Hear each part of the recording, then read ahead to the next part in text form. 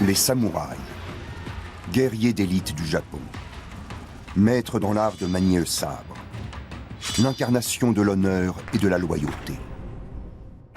Ces formidables combattants étaient-ils uniquement de preux héros?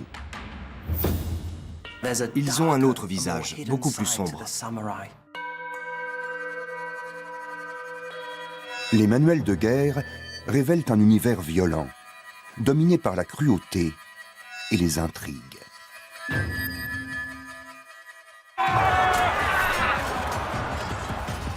Noble combattant,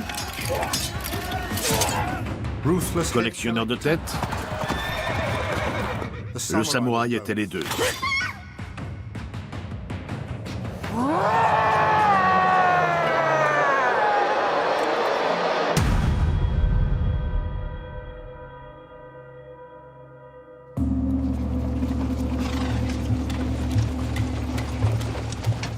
Au 8e siècle, la société japonaise voit émerger une nouvelle caste de guerriers.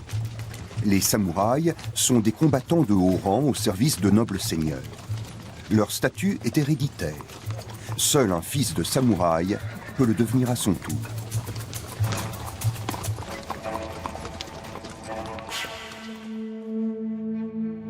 Nous sommes à la fin du XVIe siècle. Depuis 100 ans, le Japon est ravagé par la guerre civile. Les soldats sont devenus rares. Les seigneurs de la guerre ont besoin de nouvelles recrues pour conquérir le pouvoir. Pour les hommes talentueux, c'est l'occasion de s'élever dans l'échelle sociale. Voici l'histoire d'un fils de paysan et de sa lutte pour survivre dans le monde brutal des samouraïs. Son nom, Masa.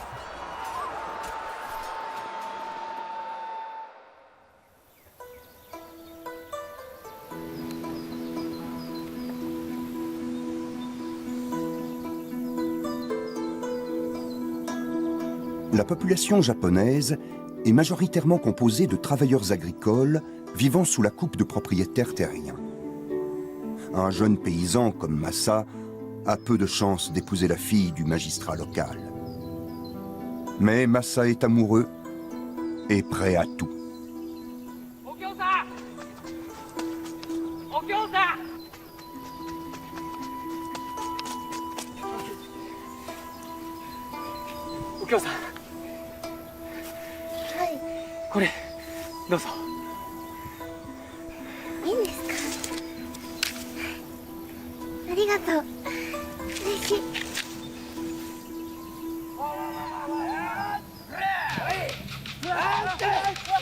À l'époque, il est fréquent de recruter des jeunes gens de force.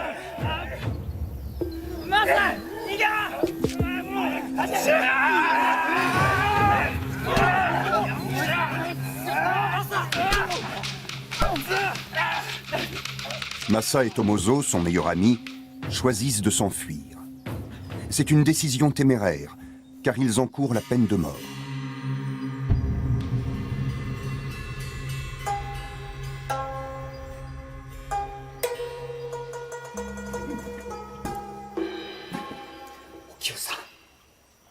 Okyo-san.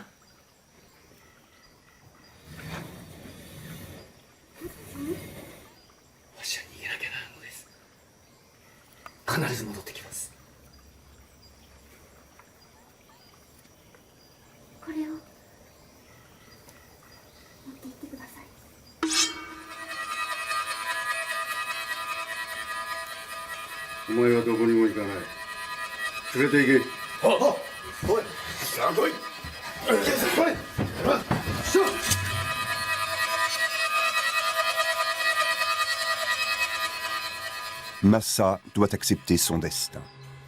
Commence alors pour lui et Tomozo une longue marche vers le front. Une fois de plus, la guerre menace. En 1584, le Japon est à la veille d'une confrontation décisive. Toyotomi Hideyoshi marche vers l'est et menace la province de Tokugawa Ieyasu. Des deux côtés, on lève de nouvelles troupes. La bataille promet d'être sanglante.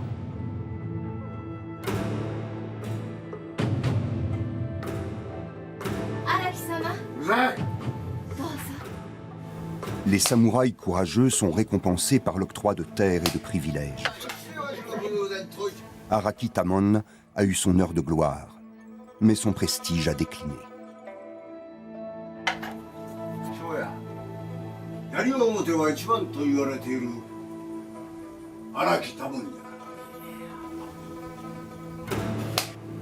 Il y avait de grandes disparités de fortune entre les samouraïs.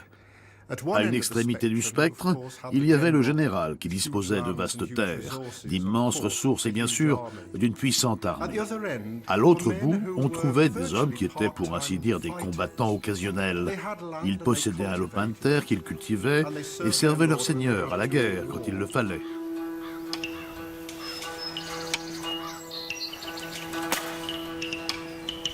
Araki Tamon voit dans cette guerre sa dernière chance de redorer son blason et d'agrandir son domaine.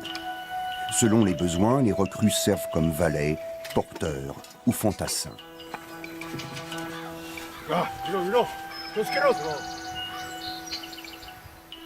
Si le simple soldat porte une protection minimale, l'armure du samouraï est une véritable œuvre d'art. Elle est à la fois légère et assez solide pour résister aux flèches et aux coups de sabre. Le casque est l'élément le plus somptueux de l'équipement. Son ornement frontal souligne les traits de caractère du guerrier. Ainsi, la tête de lièvre symbolise le courage et l'exaltation devant la mort.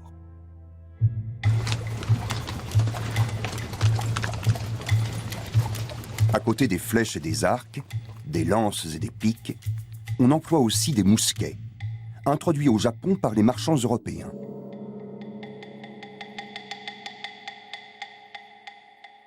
Mais c'est l'art de manier le sabre qui a fait des samouraïs des guerriers de légende.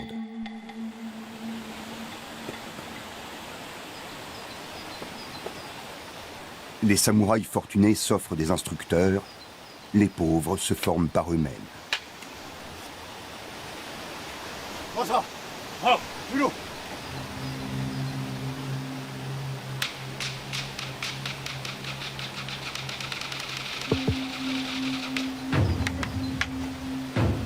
La réussite d'un samouraï dépend aussi de la survie de ses hommes au combat.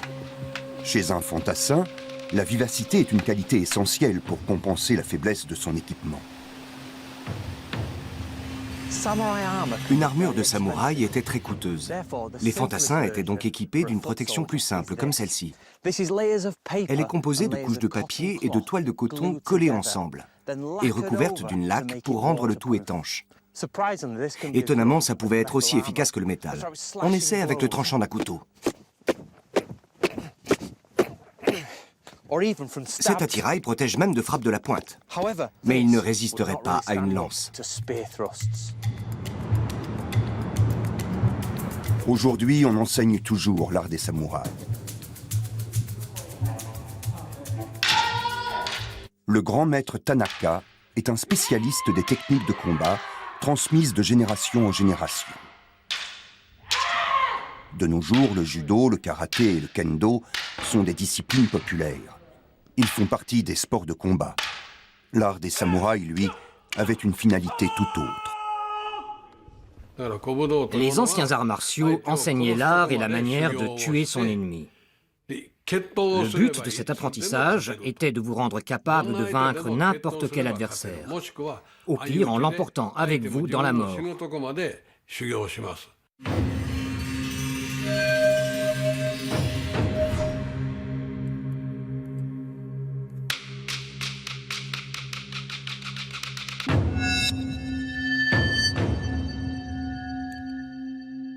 Le katana, l'arme légendaire des samouraïs.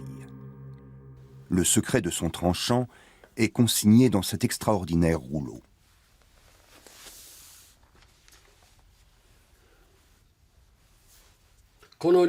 Les tests de coupe étaient effectués sur des humains. Pour s'assurer de la qualité des lames, on en vérifiait le tranchant sur des individus vivants.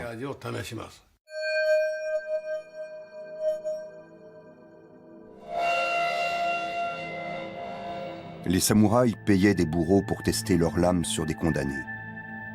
Découper eux-mêmes les victimes aurait été indigne de leur rang. On coupait 2 fois, comme ici, voire 3 fois. Et là, ça voulait dire que le tranchant était bon. Ces essais sanglants ont fini par cesser au XVIIIe siècle. Le maniement du sabre, lui, n'a pas changé.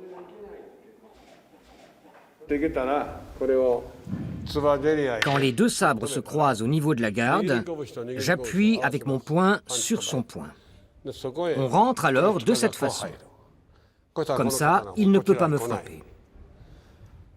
Du coup, si je saisis ici, comme ça, je le fais chuter. Je fais alors glisser mon sabre de cette façon et je coupe. Les exercices fondamentaux sont répétés inlassablement. L'objectif est de se forger un corps suffisamment fort et endurant pour pouvoir combattre pendant 1, 2, 3 heures, voire pendant 3 ou 4 jours. C'est un entraînement qui se pratique seul, car sur le champ de bataille, on ne peut compter sur personne.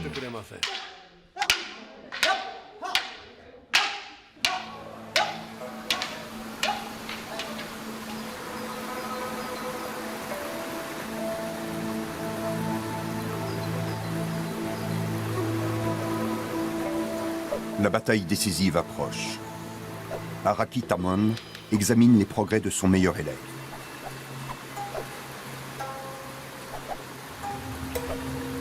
Masa est capable de se défendre contre des bandits.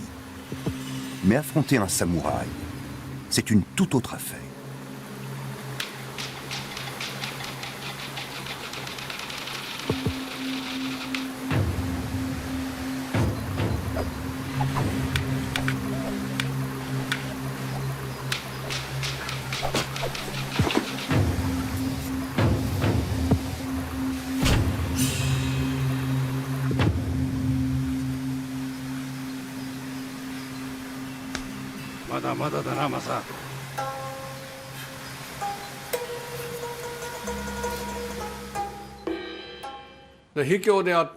Vaincre de manière déloyale est correct, martialement parlant. L'important est de survivre, peu importe de quelle façon. On défend comme ceci, ce qui lui bloque les 2 mains, et on frappe ici.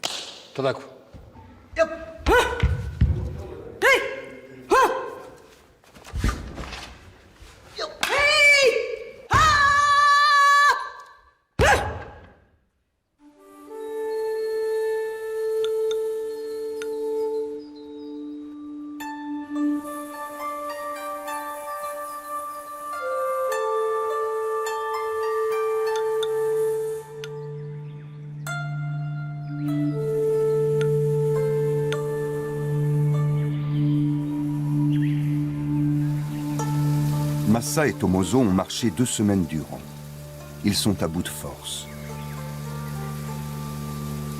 En temps de guerre, le fantassin avait la vie dure. S'il était sous les ordres d'un samouraï pauvre, il n'était pas toujours nourri convenablement. Et si la campagne se prolongeait, il arrivait qu'il souffre de la faim. Il devait savoir comment se tenir au chaud, se procurer de la nourriture et manger des insectes et des animaux. Parfois, il n'avait même pas droit au riz qu'il avait contribué à cultiver. Il devait se contenter de gruau et de millet. Les samouraïs se réservent en effet les précieuses rations de riz.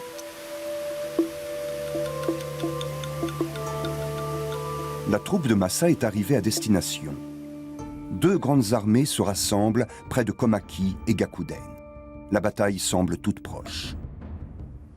Masa et Tomozo vont apprendre une nouvelle leçon dans l'art de la guerre. Ne jamais faire confiance à ses alliés.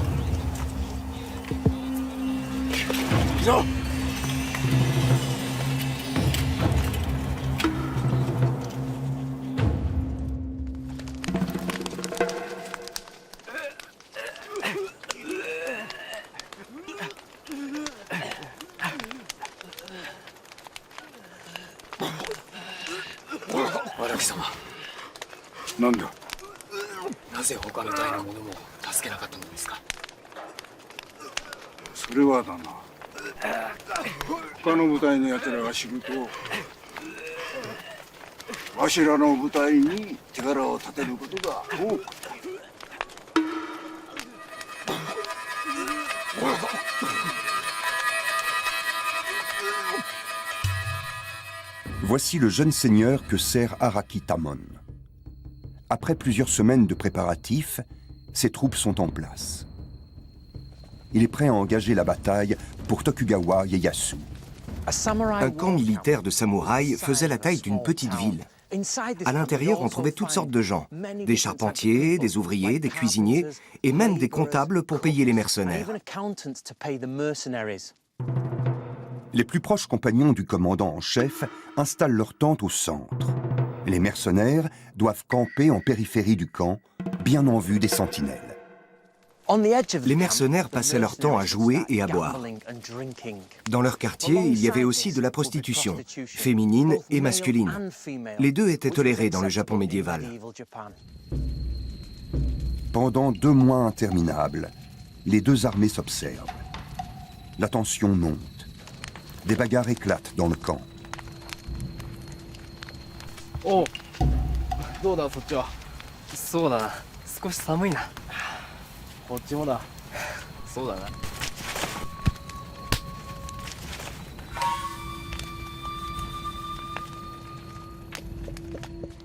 Dans un camp de samouraïs, le vol d'armes et d'équipements était chose courante.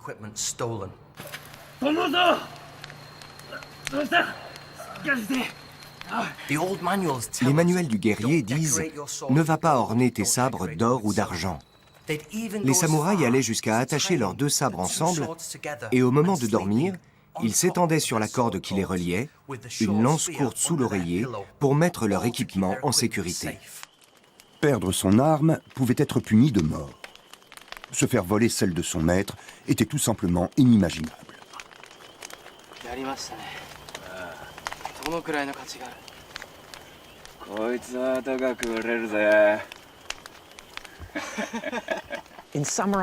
L'homosexualité était admise, quel que soit le rang, du simple soldat au puissant seigneur de guerre. Un samouraï pouvait prendre un apprenti comme amant. Il nouait alors une relation dont on voyait parfois les effets jusque sur le champ de bataille.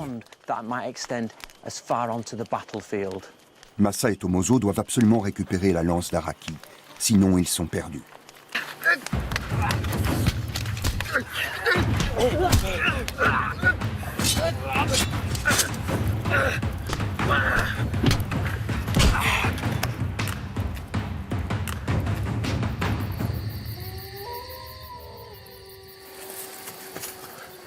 Araki-sama, 取り戻してまいりました。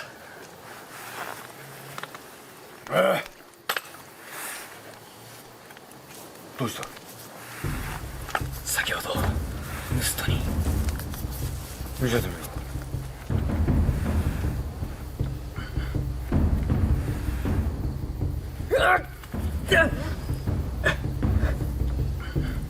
火薬が一番消毒に効くんだ。辛抱せ。辛抱せ。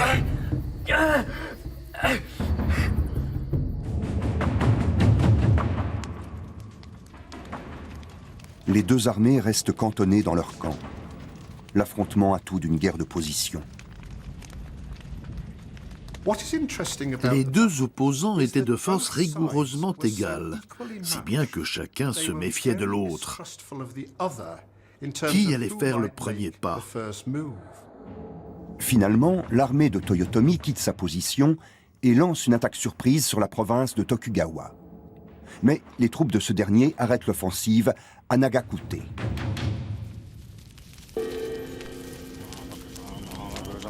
C'est la fin d'une longue attente. Masa et ses camarades s'apprêtent à se lancer dans la bataille. Pour Araki, l'alternative est simple. Il doit se couvrir d'honneur ou se retirer. Partir à la guerre, c'est côtoyer la mort. Et on ignore si on va revenir en vie. Pour rechercher l'aide des forces invisibles, c'est-à-dire des dieux, les guerriers se rendaient au temple. Là, on leur remettait des écrits sacrés, on brûlait ces écrits, on mélangeait les cendres à du saké et on buvait le tout. Ainsi, les dieux étaient en eux dans leur ventre et ils se sentaient plus forts.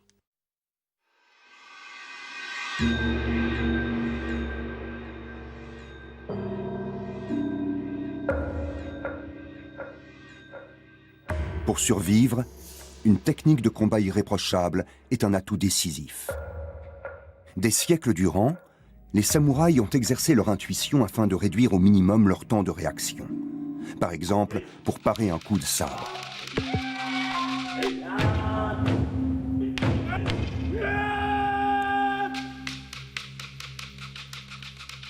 Au cours d'un combat, même si on pourfend un ennemi, il faut toujours garder à l'esprit qu'il peut en venir un autre par derrière. Il faut être prêt à réagir immédiatement.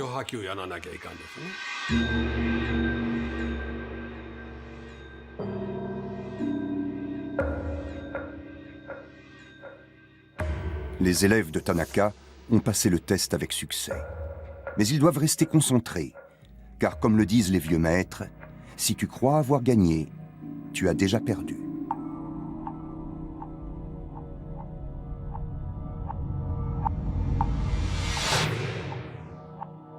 Dans le Japon médiéval, la moindre erreur, un geste mal ajusté ou exécuté à contretemps signifiait la mort.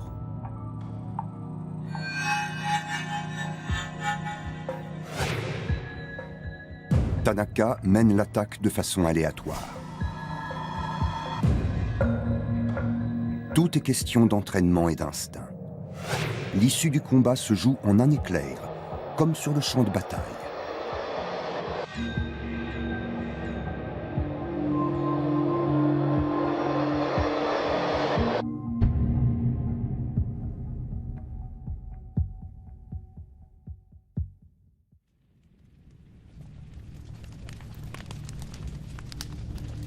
Nous sommes à la veille de la bataille. Pour Masa, c'est l'occasion unique de monter en grade. Il doit s'emparer du plus beau trophée des samouraïs. Les samouraïs avaient une coutume assez étrange. Elle consistait à collectionner les têtes de leurs ennemis. Quand on tuait un ennemi au combat, on lui coupait la tête et on la portait au général en guise de preuve. Au fil du temps, le nombre de têtes présentées est devenu une marque de prestige. C'était la garantie d'être couvert d'honneur et de récompenses. Tous les samouraïs savent qu'ils risquent d'être décapités.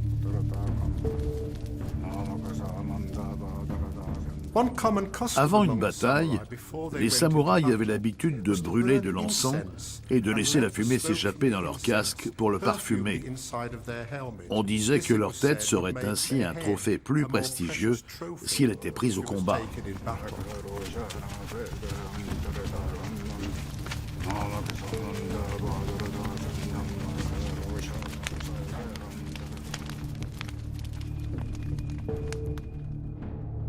Au matin du 9 avril 1584, Masa se place sous la bannière de Tokugawa. Si son camp n'arrête pas les troupes de Toyotomi, la province est perdue.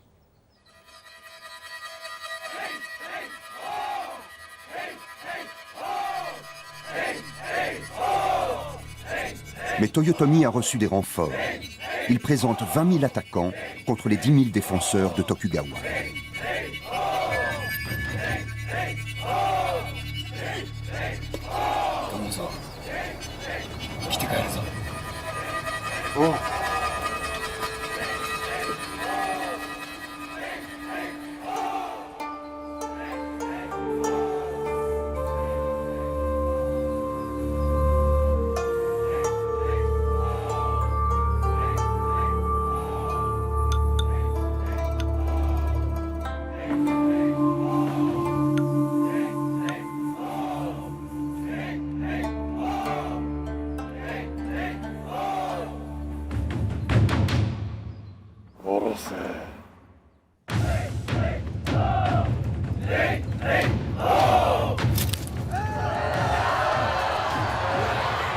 Selon une tactique éprouvée, les fantassins attaquent les premiers.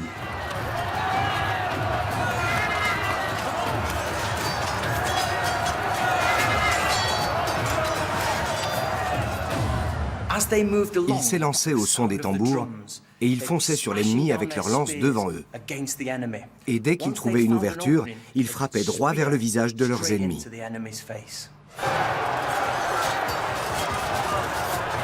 Dès cette époque, des armes d'un nouveau genre font leur apparition.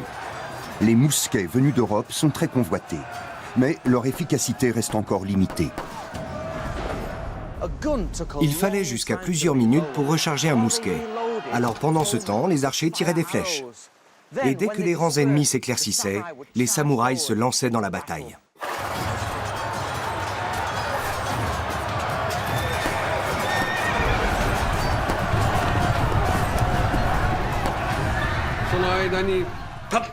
La cavalerie s'engouffre alors dans cette ouverture et vient semer le chaos dans les rangs ennemis.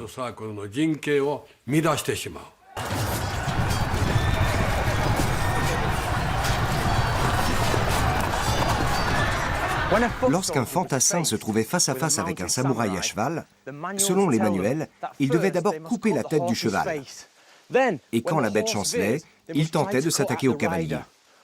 Ou alors, il pouvait couper les rênes, ce qui déséquilibrait le cavalier. Ensuite, il coupait les pattes du cheval.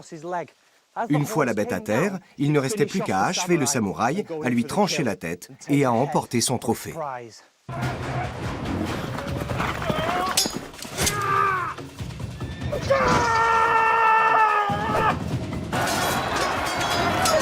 Après une charge couronnée de succès, la chasse aux têtes peut commencer.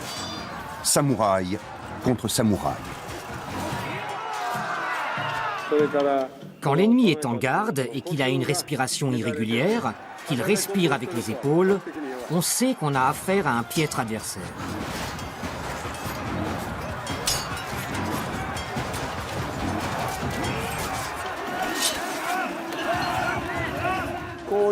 On observe, comme ça.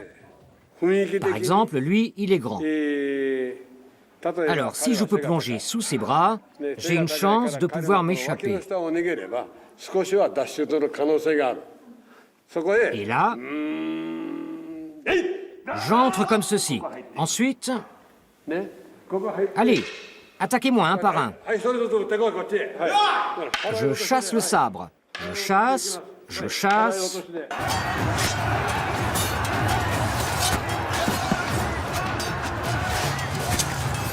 Déjà, les premières têtes roulent. Sur un champ de bataille, un grand nombre de guerriers s'affrontent. On ne sait pas qui combat qui, ni qui a pris quelle tête. Alors, beaucoup de têtes sont volées. On examine un cadavre et, oh, mais c'est un samouraï de renom. Et là, on peut espérer une récompense, de l'argent, et même, dans certains cas, s'élever dans les hiérarchies. Donc, quand la bataille faisait rage, les voleurs de têtes étaient fort nombreux.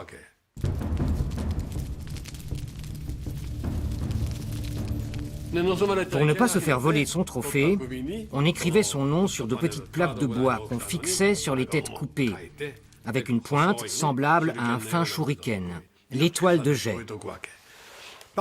Les batailles comme celle de Nagakute duraient des heures et le champ de bataille couvrait un immense espace. Des fantassins et même des généraux se retrouvaient isolés, coupés du reste des troupes. Pour un simple soldat, cette situation pouvait être l'occasion de s'emparer d'une tête prestigieuse.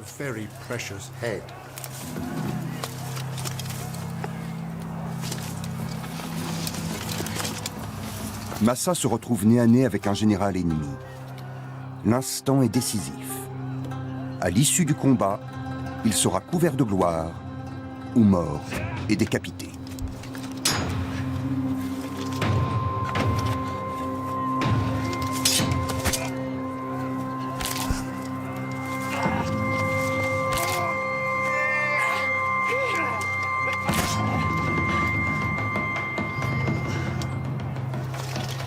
Massa a touché le point faible de l'armure, au creux des aisselles.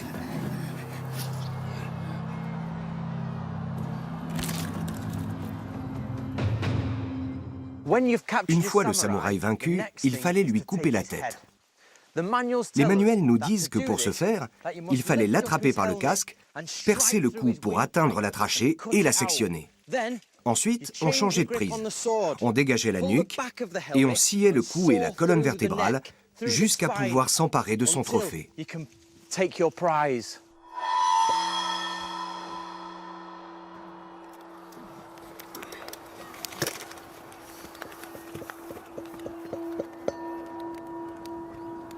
Pour un samouraï malchanceux, le casque abandonné d'un général ennemi est une aubaine.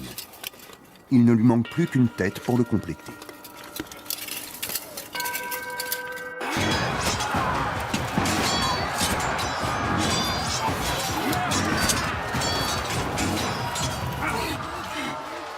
Selon la coutume, on fait le bilan au soir de la bataille.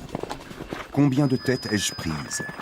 Puis-je me présenter en samouraï victorieux devant mon seigneur?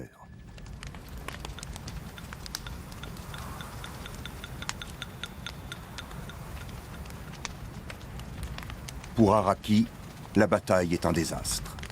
Son seul trophée est le casque d'un général. Tomoda, すごいものを見つけたぞ。誰だか知ってるか？誰ですか？森田三左衛門。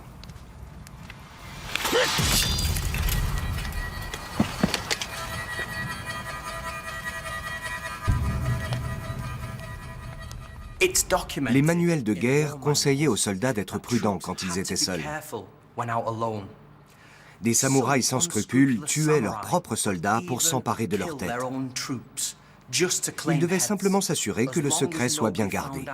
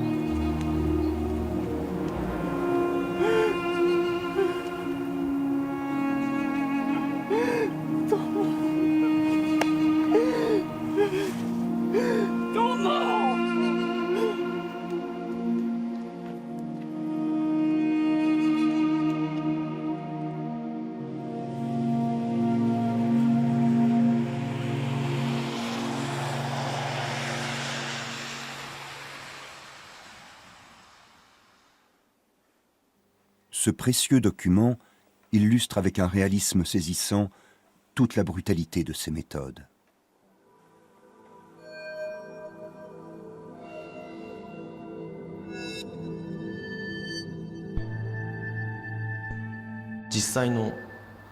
Là, on voit la réalité. Quand on montre uniquement des scènes héroïques, on renforce la vision idéale, romanesque de l'histoire. On offre une vision déformée de ce qu'il s'est passé. Mais quand on représente aussi la réalité, alors on montre la vraie nature de l'homme. On y voit aussi comment se déroulait la présentation des têtes. Lorsqu'on rapporte les têtes de samouraïs de grande renommée, on se réunit pour les identifier sans risque d'erreur. Le général rassemble ses officiers et jusqu'à une vingtaine de samouraïs peuvent être appelés pour confirmer l'identité des malheureux vaincus. Au lendemain de la bataille, le général examine les trophées. Il regarde discrètement par-dessus son éventail pour que les esprits des morts ne puissent pas le reconnaître. Des sentinelles prient en direction de l'est et de l'ouest pour chasser les esprits démoniaques des vaincus.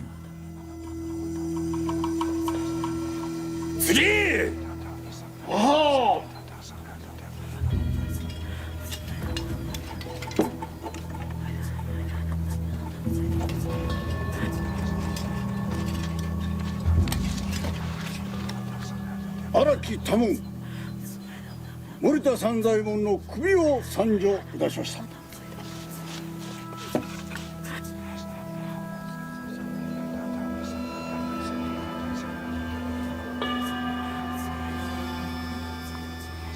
森田三左衛門。先ほど森田三左衛門というものの首を持ってきた者はいなかったか。さようでございます。先ほども同じものを持ってきた者がおりました。おい、持ってまいれ。はっ。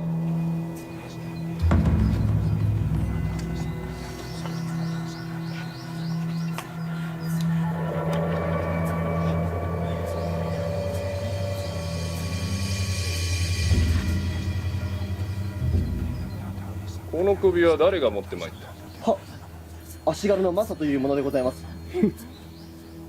あいつは大嘘つきで嫌われ者のバカ者でございます。いやー、しかしこれは森田三左衛門に間違いございません。霧が濃くて見分けがつかなくて、あ、兜は森田のもんでございます。荒木、またそんなこと言いよって。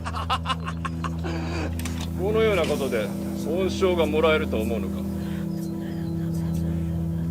誰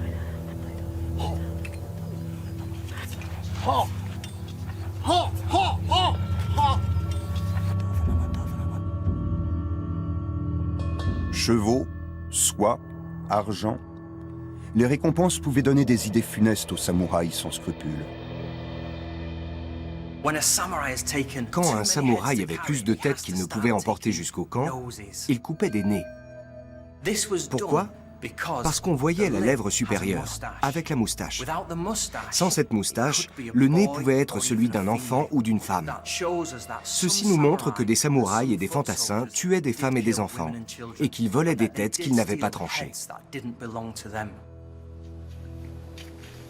Mais jouer selon les règles pouvait aussi s'avérer payant. Des documents historiques témoignent de nombreux cas de simples soldats promus samouraïs grâce à la capture de trophées de valeur.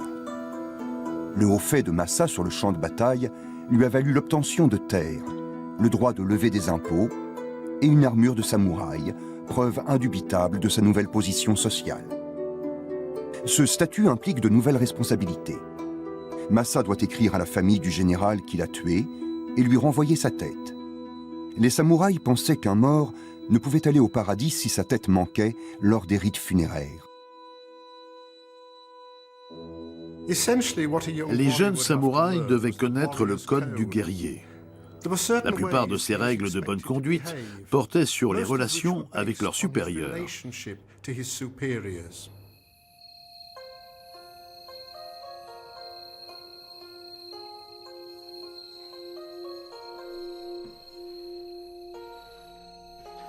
En accédant à l'élite des guerriers, Masa va pouvoir réaliser son rêve.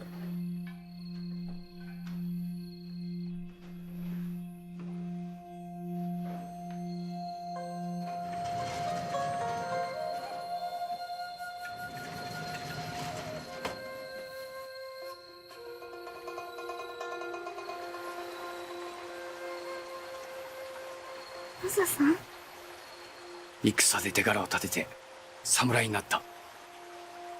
わしと夫婦になってくれ。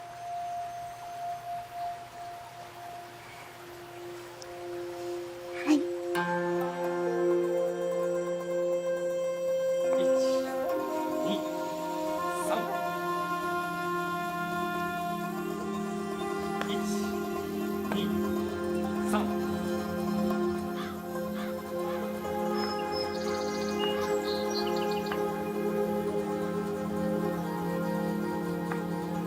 La guerre pour la suprématie continue de faire rage. Masa ne demeure pas longtemps auprès de sa jeune épouse. Bientôt, il doit repartir en campagne. En tant que femme de samouraï, Okyo apprend à manier les armes pour défendre sa maison et sa ferme en l'absence de son mari.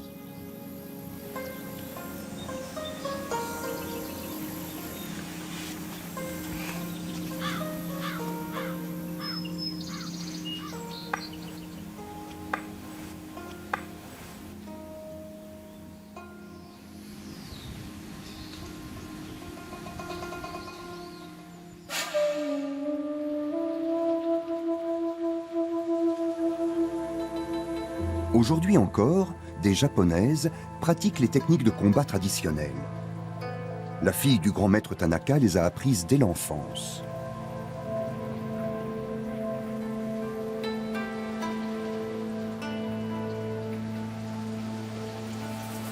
Elle teste son sabre sur du bambou, dont les Japonais disent qu'il est aussi dur que les os humains.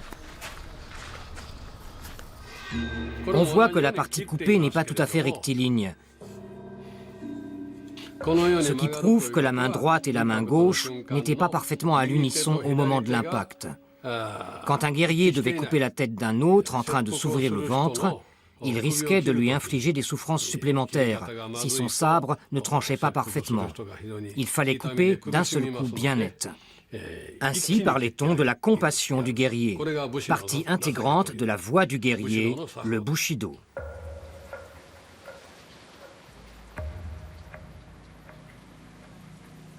Le bambou n'est pas fixé sur son support. Pour effectuer une coupe nette, le geste doit être extrêmement rapide.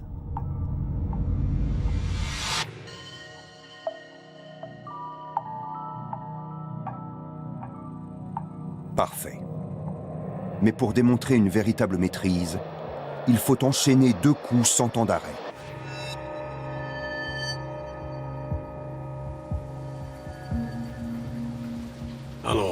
Là, la coupe est bien nette. On voit que la partie coupée est parfaitement droite.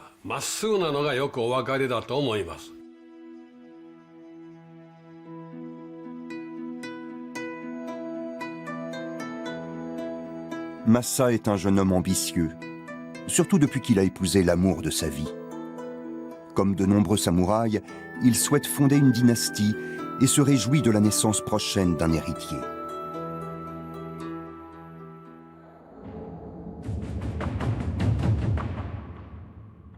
La lutte pour la domination du Japon n'est pas terminée. Elle s'est simplement déplacée dans d'autres régions du pays.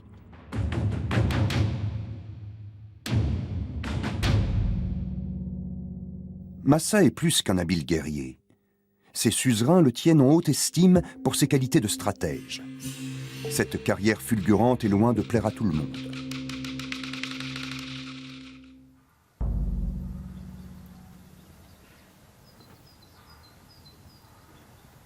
Masa. そなたの活躍、誠に見事であった。褒美を授ける。はっ。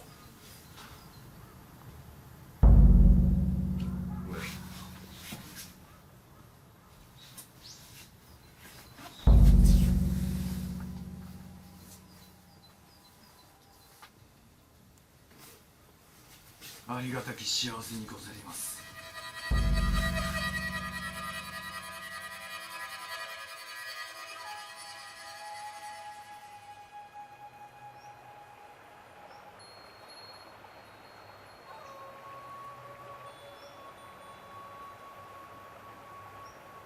また戦に向かうこととなった。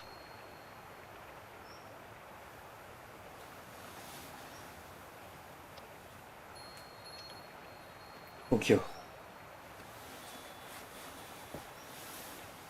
わしがいない間、これをつけて思い出してくれ。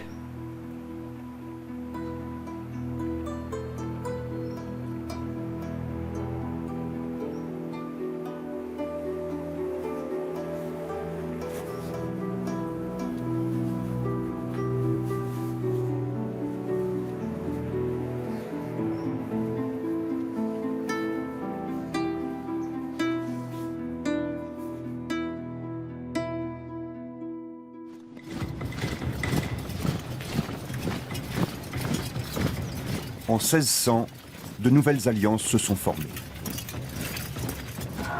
La bataille de Sekigahara va décider de l'avenir du pays.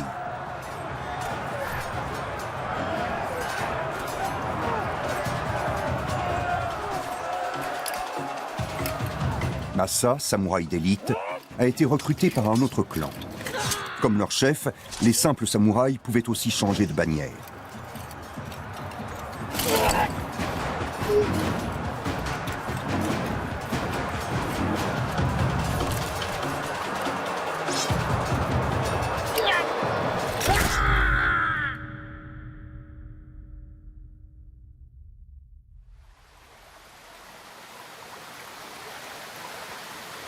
Mais tandis que Masa se distingue au front, sa maison reste sans protection.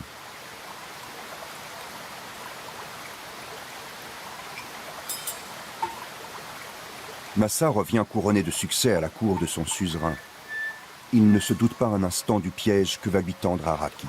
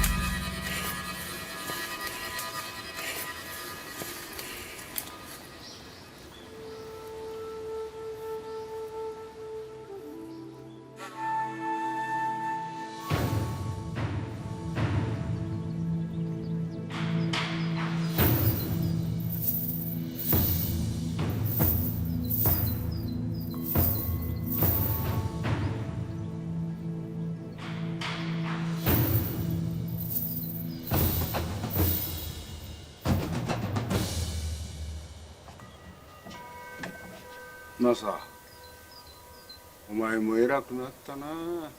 いい様に取り入って女房はどうした？寂しいだろうな。おう、他の男に抱かれたりして。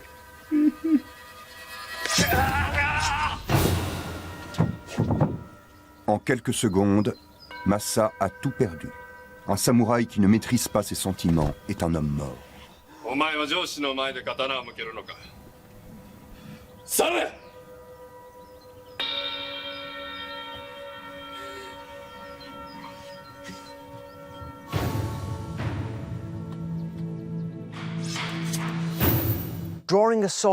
Dégainer son arme devant son suzerain était une faute très grave. L'existence de ces règles très strictes montre que certains seigneurs se méfiaient de leurs propres hommes et craignaient des tentatives d'assassinat. «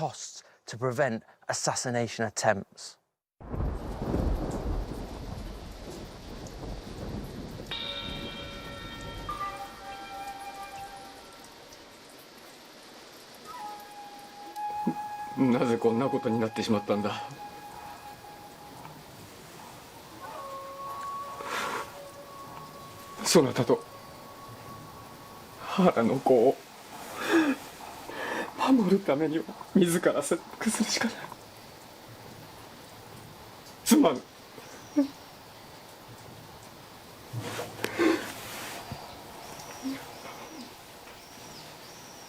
Le monde des samouraïs ne connaît pas la pitié. Masa a le choix. Il peut vivre dans la honte et tout perdre, ou assurer la position et l'avenir de sa famille en sauvant son honneur, à la façon des samouraïs. Okio, sagatte yoi zo.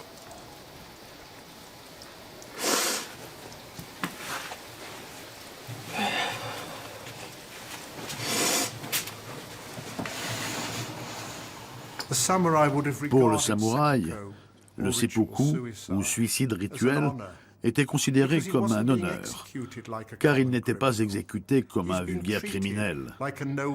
Il était traité comme un noble.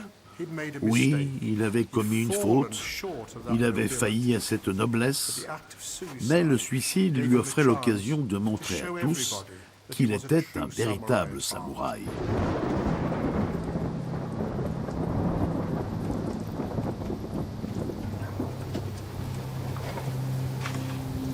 Le coup de poignard rituel entraîne une agonie longue et atroce. Mais c'est une mort éminemment honorable.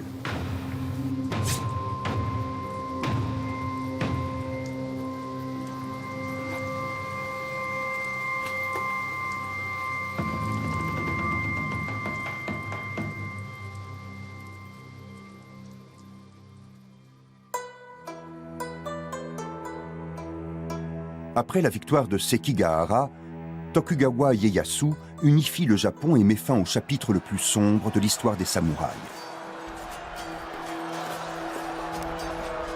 Décapitations massives et guerres de clans sanglantes appartiennent bientôt au passé. Les samouraïs se recentrent sur les idéaux d'honneur et de loyauté. Mais ils règlent toujours leur compte selon l'ancienne coutume.